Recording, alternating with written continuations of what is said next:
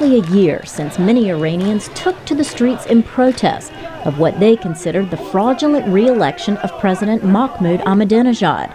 The government cracked down hard, beating and arresting protesters, and this 8 days after the election.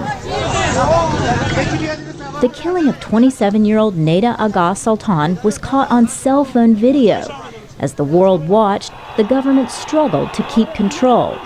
Trials and executions quickly followed. The fact that young people were being killed in the streets of Tehran and Isfahan and Tabriz did leave a lot of people with a bad taste in the mouth. Alex Vatanka is the editor of Jane's Islamic Affairs Analyst. He says despite lower turnouts in protests last February, the opposition is expanding its base beyond the young and urban. And I don't think you can, associate the opposition with any single individual or group of individuals. The opposition in Iran is reflective of a larger, more sustained wave of discontentment. Vatanka and other analysts say the opposition needs organization. To write angry letters once in a while is good, but you got to be able to formulate an agenda that becomes something that people can sort of recite in their dreams. I mean, that is not the case today. Kenneth Katzman is a longtime Iran watcher for the Congressional Research Service. He says the opposition in Iran is changing. Most of the opposition wants nobody who was in the regime to be the next leader.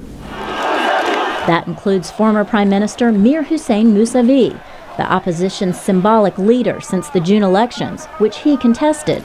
Former two-term President Mohammad Khatami and former Speaker of the Parliament Mahdi Karoubi might also be tainted by past association with the government, says Katzman and others.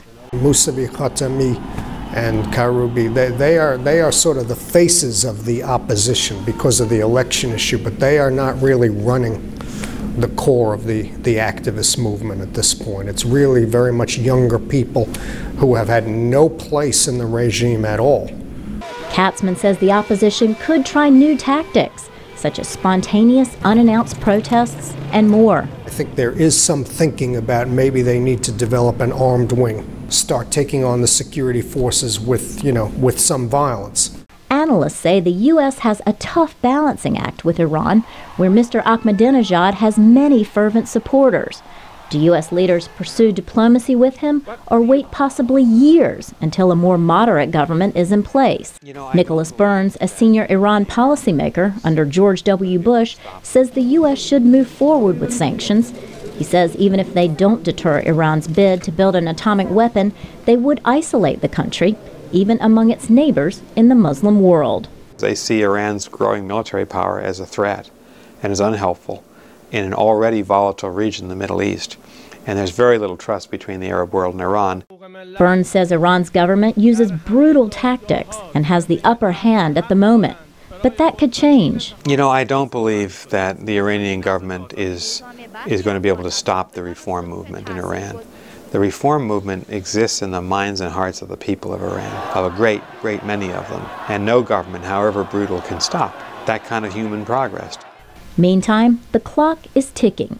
Independent analysts say Iran is anywhere from 18 months to 4 years away from the ability to build a bomb. Laurel, Bowman, VOA News, Washington.